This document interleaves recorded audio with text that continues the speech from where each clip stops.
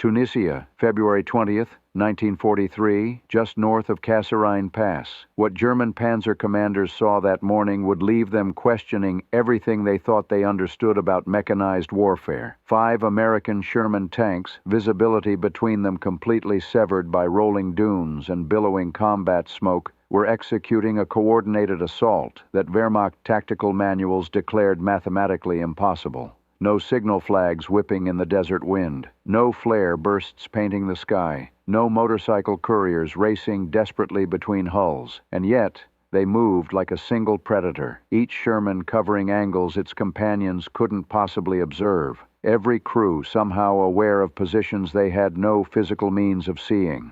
Through the chaos of the North African theater, these machines were demonstrating a form of battlefield telepathy that German officers simply couldn't explain. Inside their Panzer IVs, equipped with what Berlin considered cutting-edge Fuji 5 communication systems, German tank commanders were drowning in static. Their amplitude modulation radios, 10-watt transmitters that represented 1930s state-of-the-art engineering, were being overwhelmed by the electromagnetic noise of battle itself. When armor was in motion, effective range collapsed to a few hundred meters. Worse still, most German tanks in the field carried only receiving equipment. They could hear commands but couldn't respond, couldn't report threats, couldn't call for reinforcement. The Americans, they were fighting with something the Wehrmacht didn't even know was possible. Every single Sherman carried frequency modulation radios, crystal-controlled precision engineering, 25 watts of transmission power, voice clarity that sliced through engine roar and artillery thunder as if neither existed. 8,000 miles from Detroit's factory floors, the war's most decisive technological edge was announcing itself, not through thicker steel or bigger guns, but through invisible electromagnetic pulses connecting tank crews in ways German tactical theory had never imagined. The revolution had a birth date, July 22, 1941. That's when the United States Army made frequency modulation radios, specifically the SCR-508, SCR-528, and SCR-538 systems, mandatory equipment for every medium tank rolling off American production lines. While Wehrmacht panzers were already deep into Soviet territory that summer, relying on communication tactics designed around command vehicle radios, a team of American engineers at Galvin Manufacturing Company, the firm that would become Motorola, was perfecting technology that would make Germany's entire communications architecture obsolete. The engineering brilliance came from 2 men working in tandem. Daniel E. Noble conceptualized how FM technology could survive the brutal environment inside a combat vehicle. Henrik Magnuski, the principal RF engineer, solved the nightmare of actually making it work, installing delicate electronics in a steel box that would experience extreme temperature swings, constant vibration, and the electromagnetic chaos of a running tank. What they created weighed 181 pounds and transformed each Sherman into something unprecedented, a node in the world's first mechanized battlefield network. At its heart sat the BC-604 transmitter, pumping out 25 watts, 2.5 times what German FUG-5 systems could generate. It operated across 20.0 to 27.9 megahertz with 10 preset channels, each locked in place by crystal-controlled stability that German variable capacitor systems couldn't match. But the real genius was in the dual BC-603 receivers built into every SCR-508 unit. Tank commanders could monitor 2 frequencies simultaneously, listening to their immediate platoon while staying connected to company-level command channels. In combat, this capability would prove absolutely decisive. The foundational breakthrough, though, was frequency modulation itself. Edwin Armstrong's FM patents, licensed for military use, eliminated the static plague that crippled amplitude modulation networks. German tank radios picked up every electrical discharge as crushing noise, spark plugs firing, motors running, tracks grinding against earth. American FM radios delivered conversation-clear voice transmission even while artillery was tearing the landscape apart. November 8, 1942. Operation Torch, American armor hit North African beaches near Safi and Fadala, and with them came SCR-508 radios that would soon expose just how far behind German communications had fallen. The Afrika Korps, arguably the Wehrmacht's most combat-hardened armored formation, was operating under communication restrictions that would have shocked outside observers. In a standard 5-tank German platoon, only one or perhaps two vehicles carried full FUG-5 transceivers capable of two-way communication. The rest, FUG-2, receive-only units. They could hear their platoon leader's orders but couldn't acknowledge, couldn't report enemy contact, couldn't warn of threats. German armor functioned through iron hierarchy. The platoon leader transmitted commands, and subordinate tanks confirmed understanding through their actions, not their words. This created a catastrophic vulnerability. Command tanks were easily identified by their multiple antennas, making them priority targets. When they were destroyed, entire platoons lost coordination instantly. Against an enemy where every tank could assume command functions, this structural weakness would prove devastating. February 14th through 24th, 1943, the Battle of Kasserine Pass. Tactically, Germany won this engagement, but what Wehrmacht observers witnessed during those 11 days of fighting shook their understanding of what was possible. Scattered elements of the U.S. 1st Armored Division, units spread across 50 miles of confused battlefield, maintained coordination that German doctrine said required visual contact or dispatch runners. Tank crews who'd never operated together were coordinating strikes, sharing threat warnings, and directing artillery support through crystal-clear FM transmissions. German signals intelligence units listening to American communications noted the exceptional clarity first, then the range, then, most disturbing, the realization that every American tank seemed capable of full transmission capability, not just designated command vehicles. The 10th Panzer Division's intelligence section filed reports that American units were communicating effectively at distances where German FUG-5 radios produced nothing but static. Their amplitude modulation systems, operating in the 27.0 to 33.3 MHz range, struggled to reach 2 or 3 kilometers in ideal conditions. When tanks were moving, that range collapsed to mere hundreds of meters. Every spark plug, every electrical motor, every track link scraping metal generated interference that AM technology couldn't filter out. September 1943 brought American tanks to Italy, where mountainous terrain should have been the great equalizer, negating any radio advantage through sheer geography. Instead, FM technology proved even more valuable in conditions that rendered German AM systems completely useless.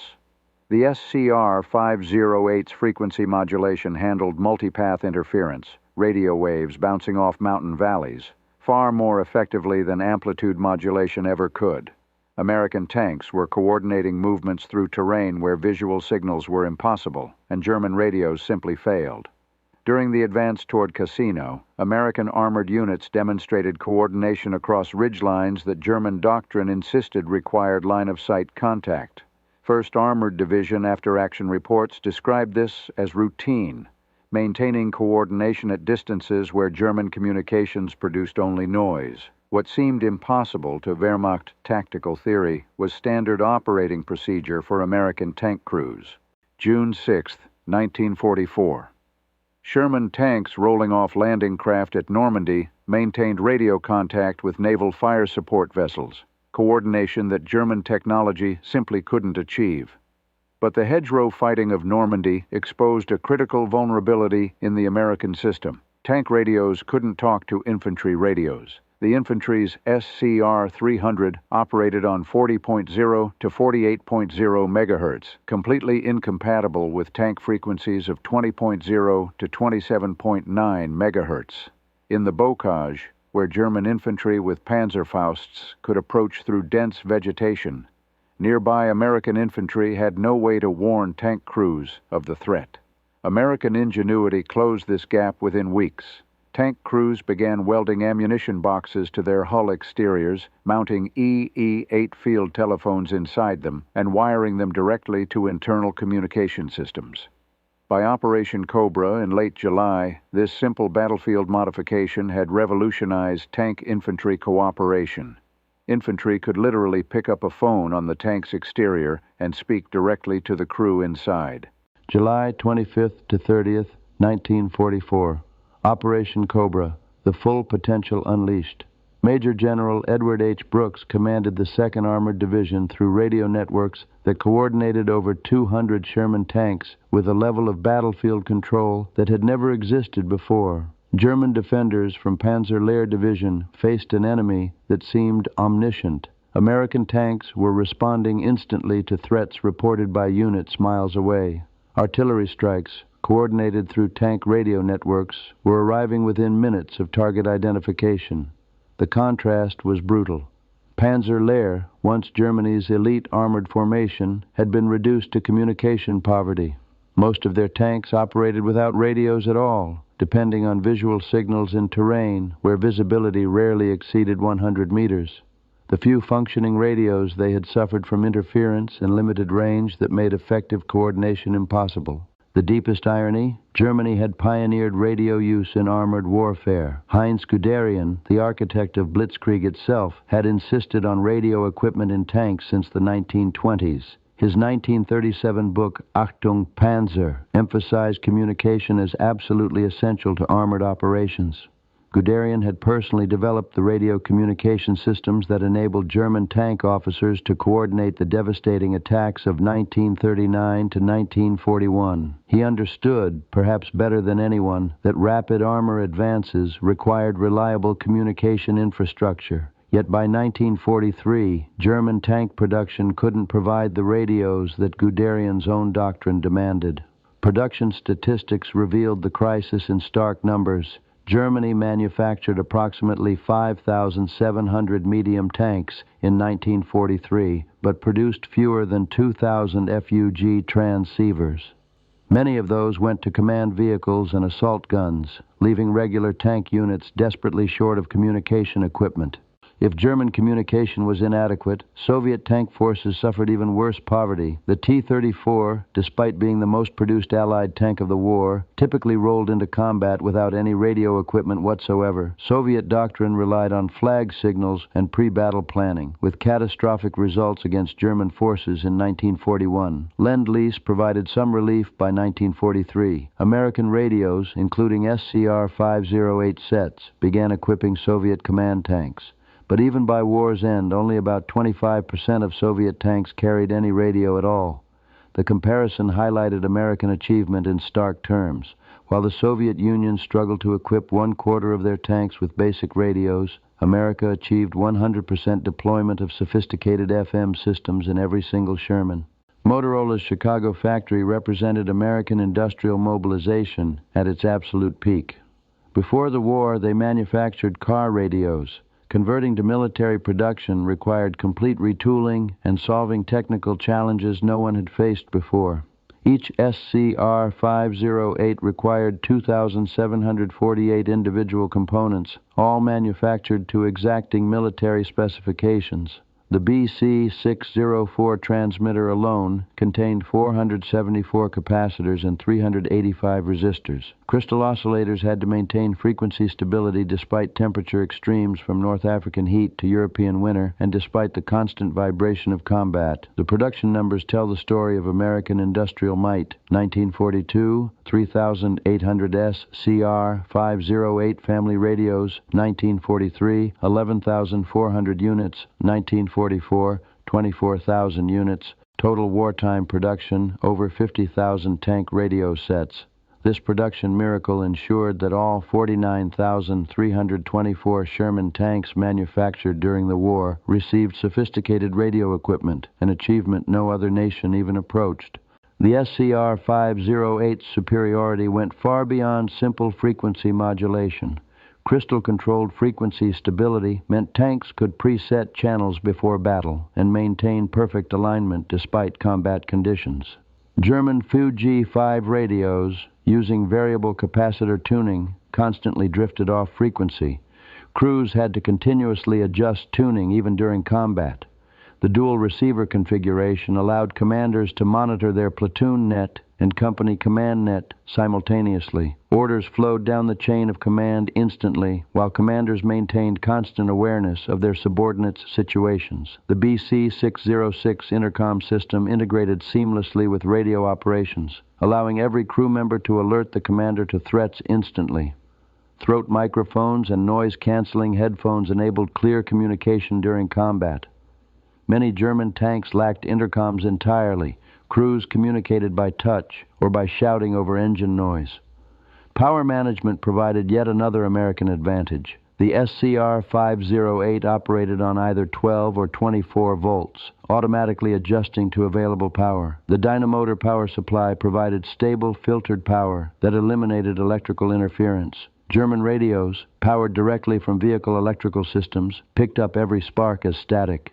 Universal radio deployment transformed American armored doctrine entirely. The combat command structure, flexible task forces organized for specific missions, depended completely on reliable communications. American commanders could create improvised battle groups from different units with total confidence they could coordinate through compatible radios.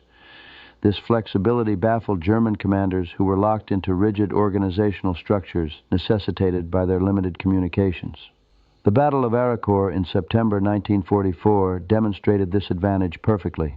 The 4th Armored Division faced multiple German Panzer brigades equipped with superior Panther tanks.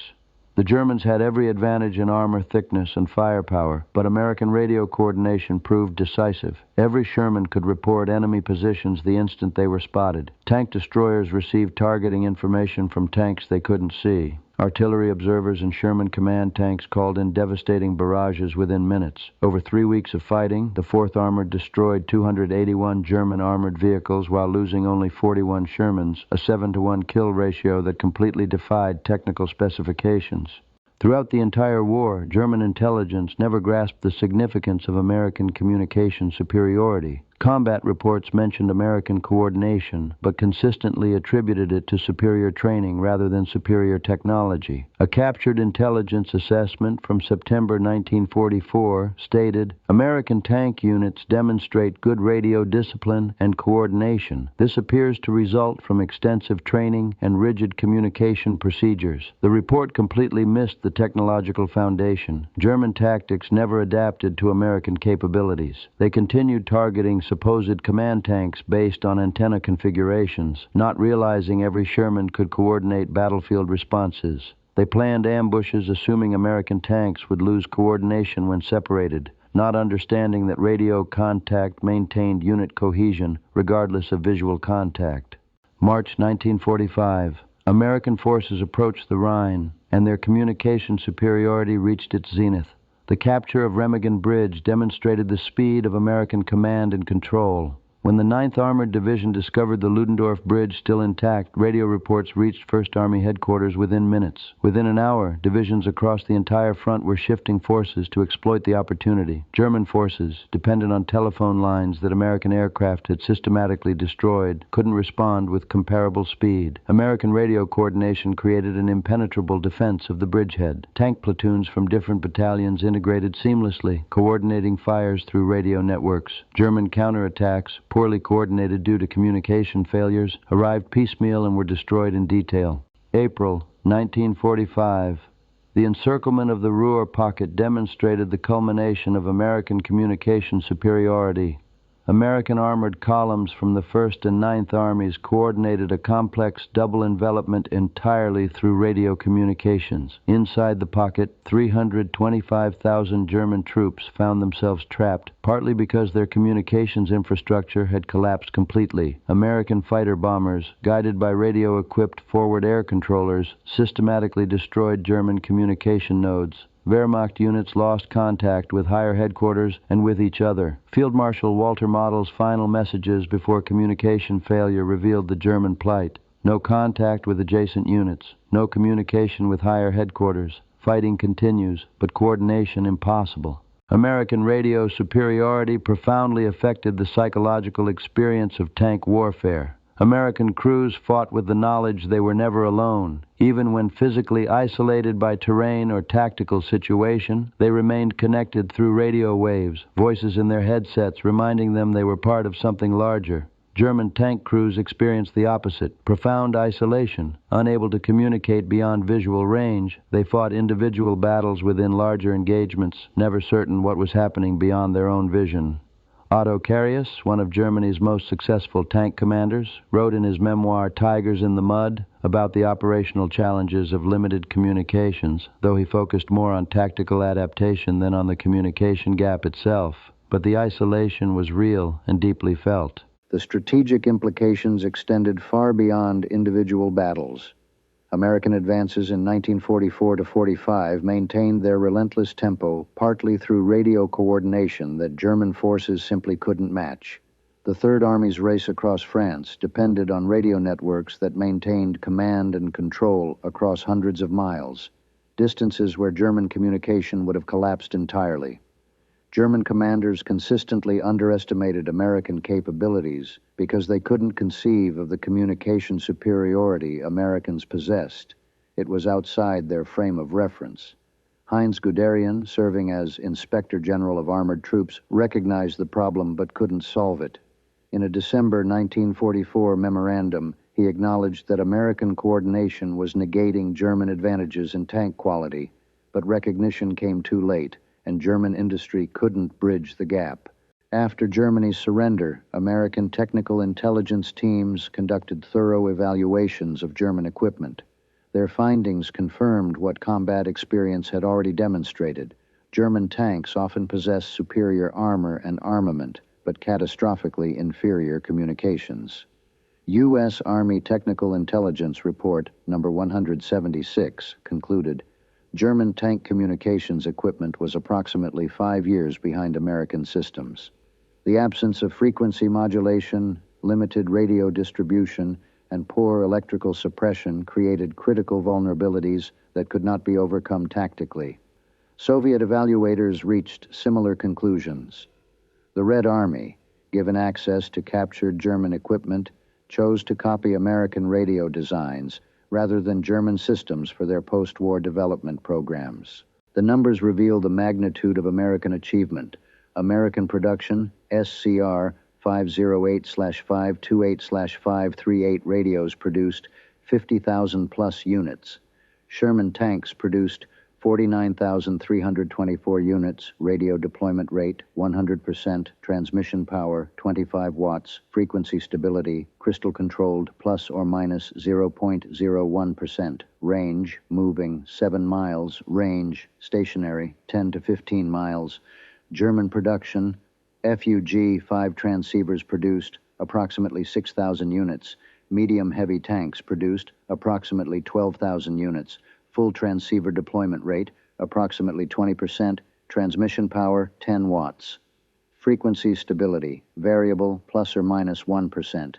Range, moving, 0.5 to 1 mile. Range, stationary, 2 to 3 miles. Communication effectiveness, average time for American fire mission, 3 to 5 minutes. Average time for German fire mission, 15 to 30 minutes. American tanks achieving coordination, 100%.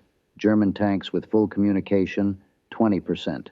The radio superiority of Sherman tanks established principles that govern armored warfare to this day.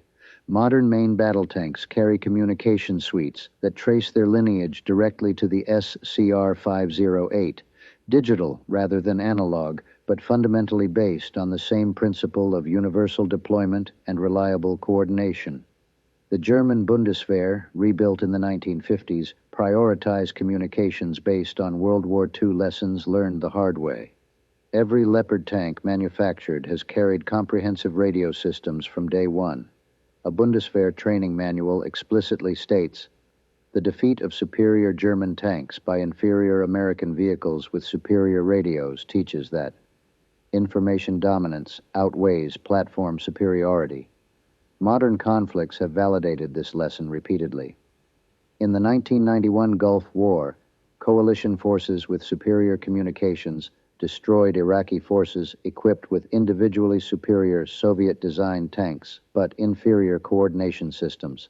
In 2003, American forces again demonstrated that network-centric warfare defeats platform-centric warfare. The story of American Sherman tank radio superiority represents a victory in the electromagnetic spectrum that proved more decisive than any advantage in armor thickness or gun caliber. German tank crews fought their war partially blind, discovering too late that every Sherman tank wasn't just a fighting vehicle. It was a node in history's first battlefield network. The SCR-508 radio transformed the M4 Sherman from an adequate medium tank into a component of a weapons system that included every other American tank on the battlefield. This transformation proved more decisive than any improvement in armor or firepower could have achieved. Every Sherman carried the tools of victory, not just in its 75mm gun or sloped armor, but in those 181 pounds of radio equipment that connected its crew to every other American tank crew on the battlefield. This connection created a collective intelligence that no individual German tank, regardless of its superiority in armor or firepower, could match.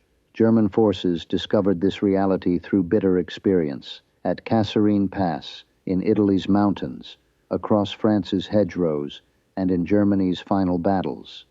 American tanks demonstrated coordination that German doctrine said was impossible without visual contact. The Wehrmacht never developed an effective counter because they never fully understood the technological gap they faced. Field Marshal Wilhelm Keitel's reported comment at Germany's surrender, "We knew how to build better tanks, but you knew how to make them work together," captured a fundamental truth, whether accurately quoted or apocryphal. America hadn't just built 49,324 Sherman tanks. They'd built 49,324 nodes in the world's first armored battlefield network.